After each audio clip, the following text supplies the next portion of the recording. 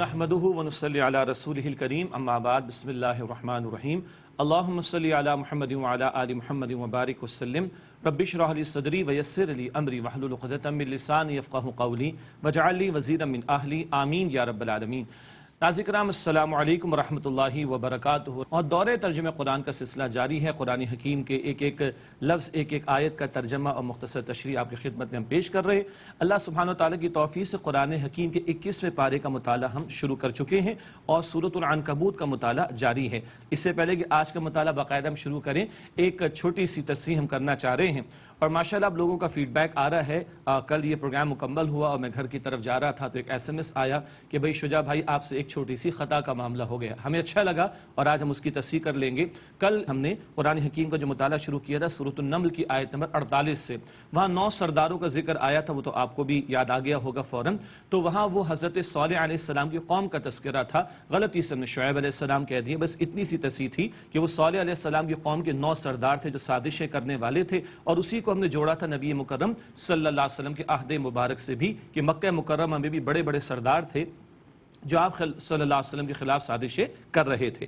یہ تصحیح ہو گئی۔ آج کا مطالعہ آگے بڑھاتے ہیں۔ سورہ عنکبوت ہے، قرآن حکیم کا 21واں پارہ اور آیت نمبر 61 سے مطالعہ شروع کریں گے انشاءاللہ تعالی۔ اس مقام پر ذہن میں دوبارہ تازہ کر لیجئے، مکی دور کی صورت ہے، مشکلات کے دور میں نازل ہوئی۔ دور مشکلات ہے، سن 5 نبوی کا دور، ہجرت حبشہ کا معاملہ، راہ خدا میں ہجرت کرنا، راہ خدا میں جد و جہد کرنا، یہ مضامین اس مقام پر آئے ہیں۔ آج کا مطالعہ شروع کرتے ہیں سورہ عنکبوت کی آیت نمبر 61 سے۔ اعوذ باللہ من الشیطان الرجیم، بسم اللہ الرحمن الرحیم۔ وَلَئِن سَأَلْتَهُم مَّنْ خَلَقَ السَّمَاوَاتِ وَالْأَرْضَ وَسَخَّرَ الشَّمْسَ وَالْقَمَرَ لَيَقُولُنَّ اللَّهُ۔ اور اگر آپ ان سے پوچھیں کہ کس نے آسمان و زمین کو بنایا اور سورج اور چاند کو کام پر لگایا تو یہ ضرور کہیں گے اللہ نے۔ فَأَنَّا يُؤْفَكُونَ، پھر کہاں وہ الٹے پھرے جاتے ہیں۔ خالق اللہ کو مانتے ہیں تو اسی کو معبود کیوں نہیں مانتے، اس کے ساتھ جھوٹے معبودوں کو شریک کیوں کرتے ہیں۔ اللہ یبسط الرزق لمن یشاء من عبادہ ویقدر له، اللہ اپنے بندوں میں سے جس کے لیے چاہتا ہے رزق کو کشادہ کر دیتا ہے اور جس کے لیے چاہتا ہے اسے تنگ کر دیتا ہے۔ ان اللہ بکل شیء علیم، بے شک اللہ ہر بات کا علم رکھنے والا ہے۔ یہ اس کی مشیت پر موقوف ہے، کس کو زیادہ عطا فرمائے کس کو کم، البتہ رازق وہ ہے۔ چنانچہ پچھلی آیات میں ذکر آیا کہ جو اللہ پر توکل کرنے والے ہیں وہ اسی کی طرف رجوع کرتے ہیں اور ان کو بشارت دی گئی کہ رازق اللہ سبحانہ وتعالی ہے۔ کبھی معاش کا معاملہ، معاد کی تیاری، معاد کہتے ہیں آخرت کو، یہ معاش کا معاملہ کبھی آخرت کی تیاری میں رکاوٹ نہ بنے۔ وَلَئِن سَأَلْتَهُم مَّن نَّزَّلَ مِنَ السَّمَاءِ مَاءً، اور اگر آپ ان سے پوچھیں کس نے آسمان سے بارش برسائی، فَأَحْيَا بِهِ الْأَرْضَ مِن بَعْدِ مَوْتِهَا، پھر اس سے زمین کو اس کے مردہ ہو جانے کے بعد زندگی عطا فرمائی، لَيَقُولُنَّ اللَّهُ، وہ ضرور کہیں گے یقیناً اللہ نے۔ قل الحمدللہ، آپ فرما دیجئے تمام تعریف اللہ کے لیے ہے، اتنا تو یہ مان رہے ہیں مگر کیا ہے کہ مت ماری گئی ہے، جھوٹے معبودوں کو شریک کرتے ہیں۔ بل اکثرهم لا يعقلون، بلکہ ان میں سے اکثر سمجھتے نہیں ہیں، اگر عقل ہوتی تو غیر اللہ کو معبود نہ بناتے۔ وما هذه الحیات الدنیا الا لهو ولعب، اور یہ دنیا کی زندگی کھیل تماشے کے سوا کچھ نہیں ہے۔ ہر بدلتا لمحہ ہمیں آگے بڑھا رہا ہے اور پچھلے مرحلے کی کوئی بات یا کوئی فائدہ نہیں رہتا، کوئی نقصان نہیں رہتا۔ ایک 2 سال کا بچہ رنگ برنگی پینسلیں دیکھتا ہے تو خوش ہو جاتا ہے، لیکن 20 سال کے بچے کو رنگ برنگی پینسلیں دے تو وہ کہے گا آپ مجھ سے 100 لے لو، کسی کام کی نہیں ہے۔ ایسے ہی ہے نا، تو اللہ تعالیٰ بھی فرماتا ہے کہ دنیا جس میں تم نے دل لگا لیا ہے یا اپنے آپ کو پھنسا لیا ہے، جب قیامت کے دن کھڑے ہوگے اس دنیا کی کوئی تمہاری نگاہوں میں وقعت نہیں ہوگی۔ وَإِنَّ الدَّارَ الْآخِرَةَ لَهِيَ الْحَيَوَانُ، اور بے شک آخرت کا گھر ہی وہ اصل زندگی ہے۔ لَوْ كَانُوا يَعْلَمُونَ، کاش کہ وہ جانتے۔ مشرکین کا تذکرہ، یہ مثال پہلے بھی کئی مرتبہ آئی کہ مشرکین کی فطرت میں بھی توحید کا درس موجود ہے۔ فَإِذَا رَكِبُوا فِي الْفُلْكِ دَعَوُا اللَّهَ مُخْلِصِينَ لَهُ الدِّينَ، پھر جب وہ کسی کشتی میں سوار ہوتے ہیں تو اللہ کو پکارتے ہیں خالص اسی پر اعتقاد رکھتے ہوئے۔ فَلَمَّا نَجَّاهُمْ إِلَى الْبَرِّ إِذَا هُمْ يُشْرِكُونَ، پھر جب وہ اللہ نے خشکی کی طرف نجات دے کر لے آتا ہے، بچا لاتا ہے، فوراً وہ شرک کرنے لگ جاتے ہیں۔ لِيَكْفُرُوا بِمَا آتَيْنَاهُمْ وَلِيَتَمَتَّعُوا، تاکہ اس کی ناشکری کریں جو ہم نے انہیں عطا کیا اور چاہیے کہ وہ تھوڑا فائدہ اٹھا لیں۔ فَسَوْفَ يَعْلَمُونَ، پس عنقریب وہ جان لیں گے۔ اولم یرو انا جعلنا حرما آمنا، کیا انہوں نے نہیں دیکھا کہ ہم نے سرزمین مکہ کو امن کا مقام بنایا۔ وَيُتَخَطَّفُ النَّاسُ مِنْ حَوْلِهِمْ، جبکہ اس کے ارد گرد کے لوگ اچک لیے جاتے ہیں۔ مشرکین مکہ کو سمجھایا گیا، قریش مکہ کو سمجھایا گیا تم اللہ کے گھر کا انتظام دیکھتے ہو، اس وجہ سے تمہاری عزت ہے، باقی قافلے لٹتے ہیں، تمہارے قافلوں کو کوئی ہاتھ نہیں لگاتا، اور اس کو امن کا مقام قرار دیا، لیکن کیا ہے کہ ناشکرے بنے ہیں۔ أَفَبِالْبَاطِلِ يُؤْمِنُونَ وَبِنِعْمَةِ اللَّهِ يَكْفُرُونَ، پس کہ وہ باطل پر ایمان رکھتے کرتے ہیں اور اللہ تعالیٰ کی نعمت کی ناشکری کرتے ہیں۔ وَمَنْ أَظْلَمُ مِمَّنِ افْتَرَىٰ عَلَى اللَّهِ كَذِبًا أَوْ كَذَّبَ بِالْحَقِّ لَمَّا جَاءَ، اور اس سے بڑا ظالم کون ہے جس نے اللہ پر جھوٹ باندھا یا جب حق اس کے پاس آئے تو اس نے اسے جھٹلا دیا۔ أَلَيْسَ فِي جَهَنَّمَ مَثْوًى لِلْكَافِرِينَ، تو کیا جہنم میں کافروں کے لیے ٹھکانہ نہیں ہے؟ اللہم انا نعوذ بک من عذاب جہنم، اے اللہ ہم تیری پناہ میں آتے ہیں جہنم کے عذاب سے، اللہ ہم سب کو جہنم کی آگ سے محفوظ فرما۔ آخری آیت سورہ عنکبوت کی اور بہت جامع مقام قرآن کا، پوری سورت کے مضامین کا ایک جسر اور خلاصہ اور حاصل سامنے آ رہا ہے۔ والذین جاہدوا فینا لنہدینہم سبلنا، اور جو لوگ ہماری راہ میں جہاد کرتے ہیں ہم اپنے راستوں کی ہدایت ان کو عطا فرماتے ہیں۔ وَإِنَّ اللَّهَ لَمَعَ الْمُحْسِنِينَ، اور بے شک اللہ تعالیٰ محسنین کے ساتھ ہے، یعنی عمدگی کے ساتھ نیک عمل کرنے والوں کو اللہ کی نصرت حاصل ہوتی ہے۔ یہ جہاد ایک مستقل اصطلاح ہے، ایک تو قتال ہے، راہ خدا میں لڑنا، جنگ کرنا، وہ تو کبھی کبھی کا معاملہ، لیکن جہاد، اسٹرگل، محنت، جد و جہد، یہ مستقل عمل ہے۔ اللہ کی بندگی کرنے کے لیے جہاد، اللہ کی بندگی کے تقاضوں پر استقامت کے لیے جہاد، باطل کا مقابلہ کرنے کے لیے، اس کی مخالفت برداشت کرنے کے لیے مستقل اسٹرگل، مجاہدہ، جہاد، یہ مستقل عمل کا نام ہے جہاد کا عمل۔ اور اللہ سبحانہ وتعالیٰ کے دین پر عمل، اس کے دین کی دعوت اور اس کے دین کے نفاذ کی جد و جہد، اس کو جامع عنوان قرآن دیتا ہے جہاد۔ جو اس کام میں لگیں گے، مجاہدہ کریں گے، اللہ ہر ہر قدم پر ان کی رہنمائی فرمائے گا، ہر موڑ پر نئے راستے ان کے لیے کھولے گا، نئی راہ انہیں دکھائے گا۔ اللہ کی طرف جانے والا راستہ ایک صراط مستقیم، لیکن اللہ کہاں کہاں سے مدد فرمائے، کیسے کیسے مدد فرمائے، وہ راستے بے شمار ہیں۔ اللہ ہم سب کو اپنی مزید نصرت عطا فرمائے۔ اس کے بعد سورۃ الروم کا آغاز کر رہے ہیں۔ یہ بھی مکی سورت ہے اور اس کی ابتدا میں اللہ تعالیٰ نے ایک پیشن گوئی عطا فرمائی، اور اللہ تعالیٰ نے یہ جو پیشن گوئی عطا فرمائی یہ نزول قرآن کے دوران ہی مکمل بھی ہو گئی۔ پس منظر تھوڑا سا یہ ہے کہ روم میں اہل کتاب میں نصارہ رہتے تھے، مسیحی لوگ رہتے تھے، اور ایرانی آتش پرست مشرک تھے۔ ایرانیوں نے شکست دے دی رومیوں کو، تو مشرکین مکہ بڑے خوش ہوئے کہ لو مسلمانوں تم بھی کتاب کی بات کرتے ہو، کتاب والے تو جو ہے وہ شکست کھا گئے۔ اللہ نے فرمایا کہ ابھی انہوں نے شکست کھا لی ہے، لیکن کچھ ہی عرصے میں اللہ رومیوں کو غلبہ عطا فرمائے گا۔ وہی دن ہوگا ایمان والوں کو نصرت ملے گی، بدر کی فتح ملے گی، اور رومیوں کو فتح ملے گی کس پر؟ مشرکین ایران پر، جو آتش پرست قسم کے لوگ تھے۔ یہ وہ پیشن گوئی ہے، پروفیسی ہے جو قرآن میں عطا ہوئی اور قرآن کے نزول کے دوران یہ پوری ہو گئی۔ باقی سورہ مبارکہ میں اللہ تعالیٰ نے اپنی نشانیاں، قدرت کی نشانیاں بیان فرمائی ہیں، مشرکین کی وعیدیں بیان کی گئی ہیں، شرک کی نفی کا بھی تذکرہ ہمارے سامنے آئے گا۔ آئیے سورہ روم کا آغاز کریں۔ بسم اللہ الرحمن الرحیم، الف لام میم، یہ حروف مقطعات۔ غلبت الروم، رومی مغلوب ہو گئے، فی ادنى الارض، قریبی سرزمین میں، وہم من بعد غلبہم سیغلبون، اور وہ اپنے مغلوب ہونے کے بعد ان قریب غالب ہوں گے، فی بدعی سنین، چند سالوں میں۔ یہ بدعی کا لفظ زیادہ سے زیادہ 9 کے لیے آتا ہے، 3 سے لے کے 9 تک، تو انہی چند سالوں کے اندر اس فتح کا اللہ تعالیٰ نے اظہار بھی فرما دیا۔ اور مزید برآں کہ تاریخی اعتبار سے تفصیل بیان کرنا تو ممکن نہیں ہے، بہت زوردار شکست رومیوں کی ہوئی تھی اور لگتا نہیں تھا کہ وہ اٹھ سکیں گے، لیکن اللہ نے فرما دیا تو یہ ہو کر رہا، اور پھر اللہ تعالیٰ نے ان کی بھی نصرت فرمائی، جیسے بدر میں مسلمانوں کو اللہ نے فتح عطا فرمائی۔ آگے ذکر آ رہا ہے، للہ الامر من قبل ومن بعد، اللہ تعالیٰ ہی کے لیے کل اختیار حکم کا، پہلے بھی اور بعد میں بھی۔ ویومئذ یفرح المؤمنون، اور اہل ایمان اس دن خوشی منا رہے ہوں گے، بنصر اللہ، اللہ کی مدد سے، ینصر من یشاء، اللہ جس کو چاہتا ہے مدد عطا فرماتا ہے، وہو العزیز الرحیم، اور وہ اللہ غالب ہے، نہایت رحم فرمانے والا۔ وعد اللہ، یہ اللہ کا وعدہ ہے، لا یخلف اللہ وعدہ ولکن اکثر الناس لا يعلمون، لیکن اللہ تعالیٰ اپنے وعدے کے خلاف نہیں کرتا، لیکن اکثر لوگ علم نہیں رکھتے۔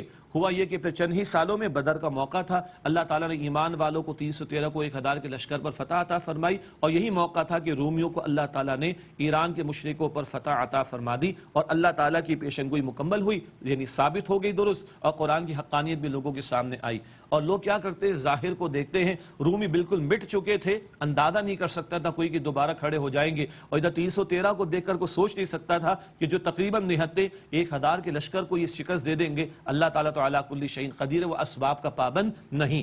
آگے اسی ظاہر کے تعلق سے کلام آ رہا ہے، یعلمون ظاہر من الحیات الدنیا، یہ لوگ دنیا کی زندگی کے صرف ظاہر کو دیکھتے ہیں، وہم عن الآخرۃ ہم غافلون، اور آخرت سے وہ غافل ہیں۔ سورۃ الکہف اس موضوع پر بڑی قیمتی سورت ہے، دجال کے فتنے کا رد، مادہ پرستی کے فتنے اور شرک کا رد ہے، تفصیل ہمارے سامنے آ چکی۔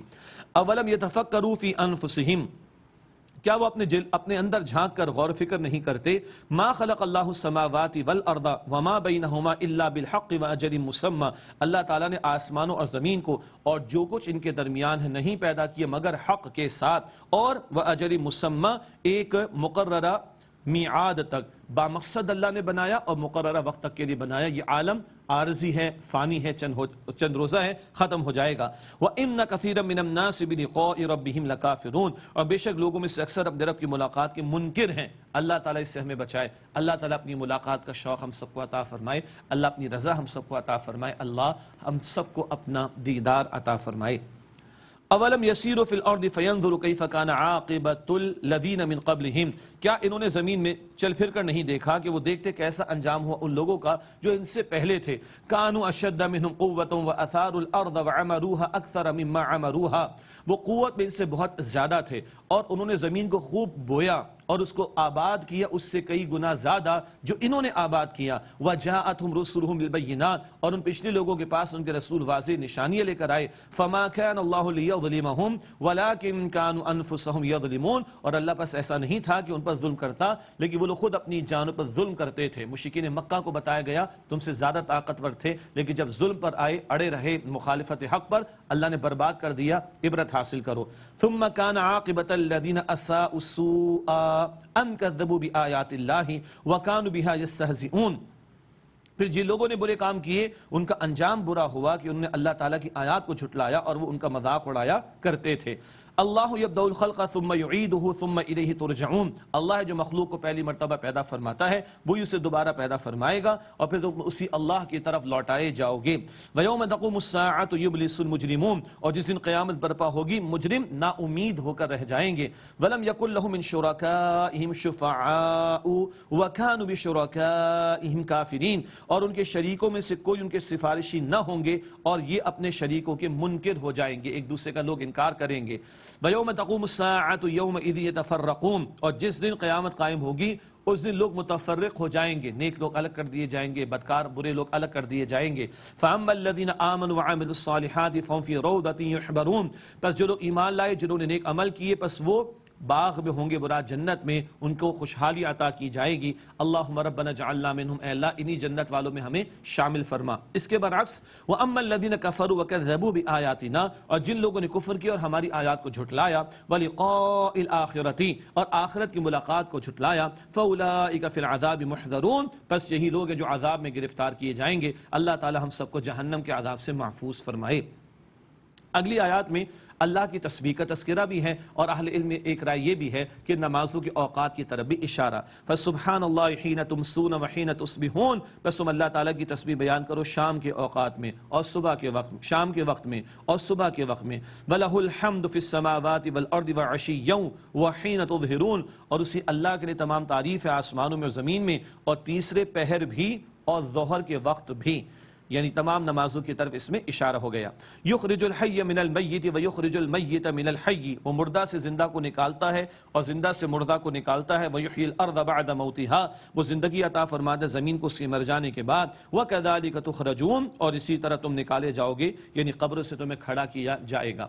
بس ایک چھوٹا سا تاثر یاد دلا دیں، ہم نے پہلے عرض کیا تھا کہ 2/3 قرآن مکی صورتوں پر مشتمل ہے۔ اب آپ دیکھ رہے ہیں کثرت سے مکی صورتوں کا مطالعہ کر رہے ہیں، اور مزید یہ ذکر بھی ہوا تھا کہ مضامین بار بار دہرائے گئے ہیں، یہ بات بھی اب آپ خود وٹنس کر رہے ہیں الحمدللہ۔ اور پھر توحید کا موضوع، آخرت کا موضوع، رسالت کا موضوع، قوموں سے کشاکش کا موضوع مستقل مکی صورتوں میں آتا ہے، وہ ہم مظاہرہ اس کا دیکھ رہے ہیں، یعنی ہم خود گزر رہے ہیں، اور اب زیادہ تشریح کی ضرورت آپ کو یقین آ گیا، مجھے یقین تھا کہ یقین آ جائے گا، اور آپ تسلی رکھیں گے کہ زیادہ تشریح کی ہمیں ضرورت نہیں۔ لیکن اللہ کے کلام کی خوبصورت ہی، ابھی دیکھیے اگلا رکوع اتنا پیارا ہے، سبحان اللہ، میں نے اسی لیے تھوڑا سا پاز لیا ہے کہ اگلے رکوع میں اب اللہ تعالیٰ اپنی نشانیوں کا ذکر فرمائے گا۔ ہم تو اللہ کو مانتے ہیں، لیکن اللہ ہمیں بھی غور و فکر کی دعوت دیتا ہے، جس سے اللہ کی محبت بڑھتی ہے، اللہ کی عظمت دل میں پیدا ہوتی ہے، اور اس کے لیے اس کے احکام پر عمل کرنا ہمارے لیے آسان ہوتا ہے۔ بڑے دل کے کانوں سے اگلے رکوع کو سنیے گا۔ اللہ تعالیٰ نے اپنی نعمتوں کا ذکر کیا اور 6 مرتبہ الفاظ آئے، وَمِنْ آیَاتِهِ وَمِنْ آیَاتِهِ وَمِنْ آیَاتِهِ، آیت نشانی کو کہتے ہیں، اللہ کی نشانیوں میں سے یہ بھی ہے اور یہ بھی ہے اور یہ بھی ہے، غور و فکر کی دعوت۔ ارشاد ہوا وَمِنْ آيَاتِهِ أَنْ خَلَقَكُم مِّن تُرَابٍ، اور اللہ تعالیٰ کی نشانیوں میں سے کہ اس نے تمہیں مٹی سے پیدا کیا، ثُمَّ إِذَا أَنْتُمْ بَشَرٌ تَنْتَشِرُونَ، پھر تم ناگہاں پھیلے ہوئے آدمی ہو گئے، اس مٹی سے تمہیں پیدا کیا، پورا انسان بنا کر کھڑا کر دیا، اور یہ حضرت انسان اللہ تعالیٰ کی تخلیق کا بہت بڑا شاہکار۔ وَمِنْ آيَاتِهِ أَنْ خَلَقَ لَكُم مِّنْ أَنفُسِكُمْ أَزْوَاجًا، اور اللہ کی نشانیوں میں سے کہ اس نے تمہارے لیے پیدا کیے تمہاری جنس سے جوڑے یعنی بیویاں بنائیں، لِتَسْكُنُوا إِلَيْهَا، تاکہ تم ان کے پاس سکون تلاش کرو، وَجَعَلَ بَيْنَكُمْ مَوَدَّةً وَرَحْمَةً، اور اس سے تمہارے درمیان محبت اور مودت یعنی رحمت پیدا فرما دی۔ سبحان اللہ۔ حضرت آدم علیہ السلام کی ایک پسلی سے اماں حوا کو پیدا کی، انہی سے جوڑا بنایا، اور پھر نسل انسانی کا قافلہ آگے بڑھتا چلا گیا۔ یہ جو مرد اور عورت کا نکاح کے نتیجے میں جوڑا ترتیب پاتا ہے، اللہ تعالیٰ اپنی نشانی قرار دیتا ہے اور کہا کہ اپنے جوڑے کے پاس جا کر سکون تلاش کرو۔ یہ فطری راستہ اللہ تعالیٰ نے عطا فرمایا، اور اللہ اپنی نعمت بیان فرما رہا ہے، اللہ نے تمہارے درمیان محبت اور مودت اور رحمت پیدا فرما دی۔ رحمت ہے، مہربانی کا جذبہ ہے، اللہ نے ڈال دیا۔ ایک شوہر سوچے جو اس کی بیوی ہے، اس نے اپنی ماں کو، باپ کو، بہن اور بہنوں کو، بھائی یا بھائیوں کو، گھر کے ناز نخروں کو، سب کو چھوڑ کر تمہارے حوالے کر دیا۔ کس نے اس کے دل میں جذبہ ڈالا؟ ایک بیوی بھی سوچے اپنے شوہر کے بارے میں، جتنا کماتا اکثر مجھ پر لگا دیتا ہے اور اولاد دونوں کی ان پر کھپا دیتا ہے، کون اس کے دل میں جذبہ ڈال رہا ہے؟ اللہ فرماتا ہے یہ میری نشانی ہے۔ ہمارے شادی بیاہ کے کارڈز پر کبھی کبھی شاید کا ترجمہ لکھا جاتا ہے، اچھی بات ہے تاکہ توجہ رہے اللہ کے اس نشانی کی طرف۔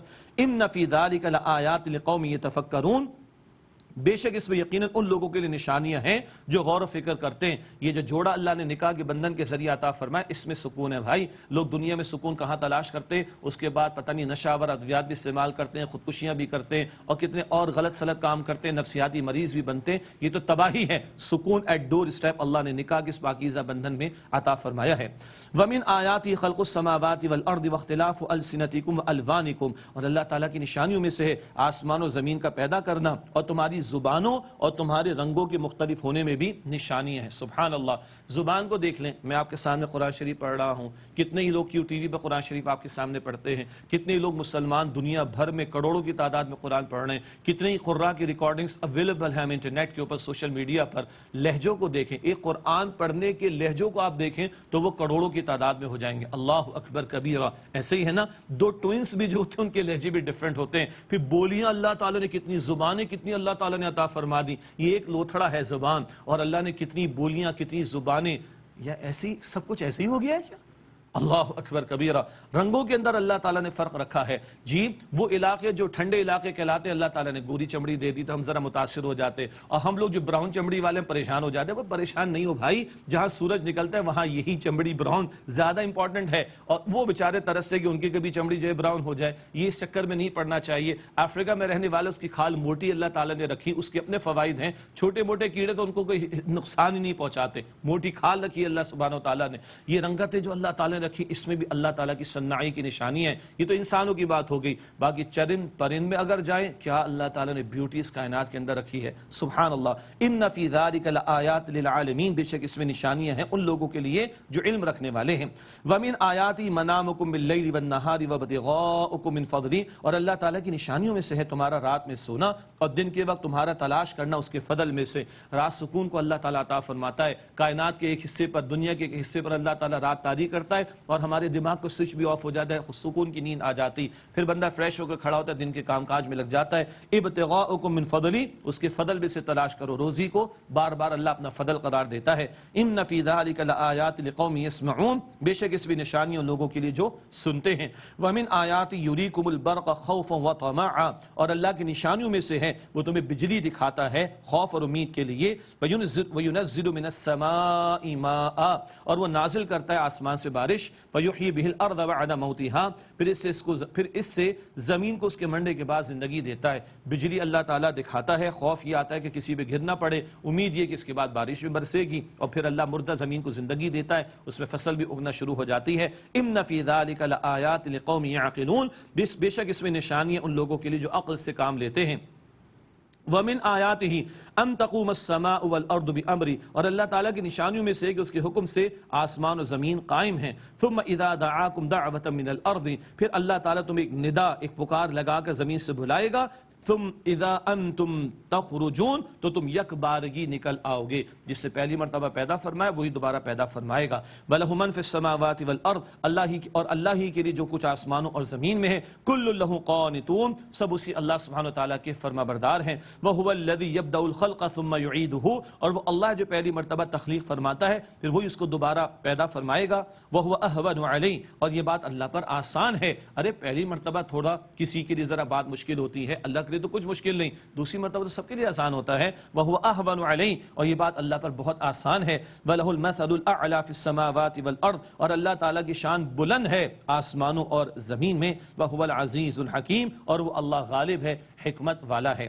ضَرَبَ لَكُم مَثَلًا مِّنْ أَنفُسِكُمْ اللہ تعالیٰ نے تمہی میں سے ایک مثال بیان فرمائی. تمہارے حالات کو سامنے رکھتے ہوئے سوچو, یعنی بندوں کے احوال میں سے ایک مثال آ رہی ہے, توحید کی دلیل سامنے آ رہی ہے. هل لكم مما ملكت ايمانكم من شركاء فيما رزقناكم کیا تمہارے لیے ہے ان میں سے جن کے تم مالک ہو, تمہارے غلاموں وغیرہ میں سے, اس رزق میں کوئی شریک جو ہم نے تمہیں عطا فرمایا. فأنتم فيه سواء کہ تم آپس میں برابر ہو جاؤ. تخافونہم کخیفتکم انفسکم کیا تم ان سے اس طرح ڈرتے ہو جیسے اپنوں سے ڈرتے ہو. یعنی تمہارے غلام ہو, کبھی تم پسند کرو گے کہ تمہارے غلام کو اتنا مال مل جائے کہ تم اور وہ برابر ہو جائیں؟ کیا خیال ہے؟ بالکل سوال ہی پیدا نہیں ہوتا. تو تم غلام کو اپنے برابر کرنے کو تیار نہیں ہو تو تم مخلوق کو خالق کے برابر کیسے کر دیتے ہو؟ اللہ اکبر کبیرہ. اچھا تم ان غلاموں کے بارے میں ایسا خوف رکھتے ہو جیسا کہ اپنوں سے تمہیں خوف آتا ہے, کہیں تمہاری پارٹنرشپ ہو, کہیں تمہاری شراکت داری کا معاملہ ہو تو آدمی محسوس کرتے ہیں یہ میرے کو نقصان نہ پہنچا دے, یہ میرے ساتھ کوئی دھوکہ نہ کر لے وغیرہ وغیرہ. کیا غلام کا بھی معاملہ ایسا ہوتا ہے؟ نہیں, غلام کا اتنا اختیار نہیں ہوا کرتا جتنا کہ کسی پارٹنرز وغیرہ کا ہو. خیر, تو ایک ہے غلام اور ایک ہے آقا, برابر نہیں. تو خالق اور مخلوق کیسے برابر ہو سکتے ہیں؟ مخلوق برابر نہیں. تم غلام, تم مالک, وہ غلام تو مخلوق ہی ہے نا. تم مخلوق میں فرق کرتے ہو تو پھر مخلوق اور خالق میں کتنا فرق ہوگا. یہ دلیلیں پہلے بھی آئی ہیں. كذلك نفصل الآيات لقوم يعقلون اسی طرح ہم عقل والوں کے لیے کھول کر نشانیاں بیان کرتے ہیں. بل اتبع الذين ظلموا اهواءهم بغیر علم بلکہ پیروی کی ظالموں نے بیجا اپنی خواہشات کی, بیجا طور پر بغیر علم اپنی خواہشات کی پیروی کی. فمن یہدی من اضل اللہ تو جسے اللہ گمراہ کر دے اسے کون ہدایت دے گا. وما لهم من ناصرین اور ان کے لیے کوئی مددگار نہیں. فاقم وجهک للدین حنیفا بس تم اللہ کے دین کے لیے سب سے یکسو ہو کر اپنے رخ کو سیدھا کر لو. فطرت اللہ التي فطر الناس علیہا اللہ کی فطرت ہے جس پر اس نے لوگوں کو پیدا کیا. لا تبدیل لخلق اللہ اللہ تعالیٰ کی تخلیق اس کی بنائی ہوئی فطرت میں کوئی تبدیلی نہیں. اللہ کے پیارے نبی صلی اللہ علیہ وسلم نے فرمایا, بخاری شریف کی روایت ہے, ہر بچہ فطرت پر پیدا ہوتا ہے. بہت توجہ سے ماں باپ بھی اس بات کو سنیں, ہر بچہ فطرت پر پیدا ہوتا ہے. اس کے ماں باپ ہیں جو اس کو یہودی, نصرانی یا مجوسی یعنی مشرک بنا دیتے ہیں. ماں باپ کا بہت بڑا رول ہے اس تعلق سے کہ بچہ کہاں جا رہا ہے, اولاد کہاں جا رہی. ہر بچہ فطرت پر پیدا ہوتا ہے, توحید کے ساتھ آتا ہے دنیا میں. ماں باپ اس کو یہودی, نصرانی یا مجوسی یعنی مشرک بنا دیتے ہیں. اللہ تعالیٰ ہم سب کو توحید پر کاربند رہنے کی توفیق دے اور اللہ تعالیٰ شرک کی ہر شکل اور قسم سے ہم سب کی حفاظت فرمائے. لا تبدیل لخلق اللہ اللہ تعالیٰ کی تخلیق میں کوئی تبدیلی نہیں. انسان تعصب کا شکار ہو جائے, غفلت میں پڑ جائے تو بات الگ ہے, ورنہ فطرت میں توحید کے دلائل موجود. جادوگروں کو ذہن میں لے کر آئیے گا, حق دیکھا, فطرت پکار اٹھی, ایمان لے آئے, سجدے میں چلے گئے تھے. ذالک الدین القیم یہی سیدھا دین ہے, یعنی توحید کا معاملہ اختیار کرنا. ولکن اکثر الناس لا یعلمون لیکن اکثر لوگ علم نہیں رکھتے, مراد جانتے نہیں ہیں اور بہہ جاتے ہیں, غفلت کا شکار ہو جاتے ہیں. منیبین الیہ واتقوہ سب اسی کی طرف رجوع کرنے والے رہو اور تم اسی اللہ سے ڈرو. واقیموا الصلاۃ نماز قائم کرو. ولا تکونوا من المشرکین اور مشرکین میں سے نہ ہو جاؤ. من الذین فرقوا دینہم وکانوا شیعا ان میں سے جنہوں نے اپنے دین کو ٹکڑے ٹکڑے کر ڈالا اور فرقے ہو گئے. کل حزب بما لدیہم فرحون ہر گروہ اسی پر خوش ہے جو اس کے پاس ہے. جیسے کہ ماضی میں کسی نے شرک کا رویہ اختیار کر لیا, کسی نے یہودیت کو اختیار کر لیا, کسی نے نصرانیت کو, مسیحیت کو اختیار کر لیا. دین تو اللہ نے درست دیا تھا پیغمبروں کے ذریعے, کسی نے کوئی نئی بات ایجاد کر لی, کسی نے کوئی نیا عقیدہ گھڑ لیا, کسی نے بھونڈے عقائد کو شامل کر لیا, اور جو جس کے پاس ہے اسی پر خوش بیٹھا ہوا ہے. اس کی اللہ تعالیٰ نفی فرماتا ہے. ہاں امت مسلمہ کا معاملہ, تمام مکاتب فکر امت کے جو قرآن کو مانتے ہیں, نبی اکرم علیہ السلام کے ختم نبوت پر ایمان رکھتے ہیں, نبی اکرم علیہ السلام کی سنت مطہرہ پر ان کا ایمان ہے کہ اس سے ہمیں رہنمائی ملتی ہے، کتاب و سنت کو جو حجت مانتے ہیں وہ اصولی طور پر سب بالکل ٹھیک ہے الحمدللہ، اور علمی بنیادوں پر کوئی اختلاف ہو تو فرقہ واریت نہیں ہوتی، وہ تو ایک علمی دلیل کی بنیاد پر علمی اختلاف ہو تو کوئی حرج کی بات نہیں، اصول بہرحال وہ ایک چلا آ رہا ہے۔ اللہ تعالی ہمیں جڑے رہنے کی توفیق عطا فرمائے۔ ناشکری کا رویہ انسانوں کا اس کا بیان ہے۔ وَإِذَا مَسَّ النَّاسَ ضُرٌّ دَعَوْا رَبَّهُم مُنِيبِينَ إِلَيْهِ، اور جب لوگوں کو کوئی تکلیف پہنچتی ہے تو اپنے رب کو پکارتے ہیں اسی کی طرف رجوع کرتے ہوئے۔ ثُمَّ إِذَا أَذَاقَهُم مِّنْهُ رَحْمَةً إِذَا فَرِيقٌ مِّنْهُمْ بِرَبِّهِمْ يُشْرِكُونَ، پھر جب وہ انہیں اپنی طرف سے رحمت کا مزہ چکھا دیتا ہے تو اچانک ایک گروہ کے لوگ ان میں سے اپنے رب کے ساتھ شریک کرنے لگ جاتے ہیں۔ لِيَكْفُرُوا بِمَا آتَيْنَاهُمْ، تاکہ اس کی ناشکری کریں جو ہم نے انہیں عطا کیا۔ فَتَمَتَّعُوا، بس تھوڑا سا فائدہ اٹھا لو۔ فَسَوْفَ تَعْلَمُونَ، ان قریب تم اس کا انجام جان لوگے، یعنی ناشکری کا انجام۔ ام انزلنا علیہم سلطانا فهو يتكلم بما كانوا به يشركون، کیا ہم نے ان پر کوئی سند نازل کی ہے کہ وہ بتلاتی ہے جو اس کے ساتھ یہ شریک کرتے ہیں؟ کوئی دلیل ہے ان کے پاس شرک کرنے کے لیے؟ قطعا نہیں ہے۔ وَإِذَا أَذَقْنَا النَّاسَ رَحْمَةً فَرِحُوا بِهَا، اور جب ہم چکھاتے لوگوں کو رحمت کا مزہ تو وہ اس سے خوش ہو جاتے ہیں۔ وَإِن تُصِيبْهُمْ سَيِّئَةٌ بِمَا قَدَّمَتْ أَيْدِيهِمْ، اور اگر انہیں اس کی وجہ سے کوئی تکلیف پہنچے جو ان کے برے اعمال ان کے ہاتھوں نے آگے بھیجے، اذا ہم یقنطون، تو اچانک وہ مایوس ہو جاتے ہیں۔ نعمت ملے تو شکر کرو، مصیبت آئے تو صبر کرو، یہ مؤمنانہ طرز عمل، مگر جو ایمان سے عاری ہوگا ذرا تکلیف آئے گی تو وہ مایوس ہو کر بیٹھ جاتا ہے۔ اولم یروا ان اللہ یبسط الرزق لمن یشاء ویقدر، کیا انہوں نے نہیں دیکھا کہ اللہ تعالیٰ جس کے لیے چاہتا ہے رزق کو کشادہ فرما دیتا ہے اور جس کے لیے چاہتا ہے تنگ کر دیتا ہے۔ ان فی ذلک لآیات لقوم یؤمنون، بے شک اس میں نشانیاں ان لوگوں کے لیے جو ایمان رکھتے ہیں۔ فآت ذی القربى حقا والمسکین وابن السبیل، پس تم رشتہ دار کو اس کا حق ادا کرو اور محتاج کو اور مسافر کو۔ ذالک خیر للذین یریدون وجہ اللہ، یہ ان کے لیے بہتر ہے جو اللہ تعالیٰ کی رضا چاہتے ہیں۔ واولئک هم المفلحون، اور یہی لوگ فلاح پانے والے ہیں۔ ایسا موضوع سورہ بنی اسرائیل کے آیت 26 میں بھی آیا تھا، ارے تمہیں اللہ نے زیادہ دیا تو زیادہ جو مال ہے اس کا بہتر استعمال کیا ہے؟ اللہ کی راہ میں خرچ کرو، مخلوق پر خرچ کرو، رشتہ دار ہے، محتاج اور مسافر، جو یہ اللہ کی رضا کے لیے کریں گے خرچ، اللہ تعالیٰ کے ہاں کامیابی پائیں گے، اللہ ہمیں ان میں شامل فرمائے۔ وَمَا آتَيْتُم مِّن رِّبًا لِّيَرْبُوَ فِي أَمْوَالِ النَّاسِ فَلَا يَرْبُو عِندَ اللَّهِ، اور جو تم سود دو کہ لوگوں کے مال بڑھیں تو یہ اللہ کے ہاں نہیں بڑھتا۔ وَمَا آتَيْتُم مِّن زَكَاةٍ تُرِيدُونَ وَجْهَ اللَّهِ، اور جو تم چاہتے ہو کہ اور جو تم زکوٰۃ دیتے ہو چاہتے ہو کہ اللہ کی رضا حاصل کر لو، فَأُولَٰئِكَ هُمُ الْمُضْعِفُونَ، تو یہی لوگ اپنا مال اضافہ در اضافہ کرنے والے، بڑھانے والے ہیں۔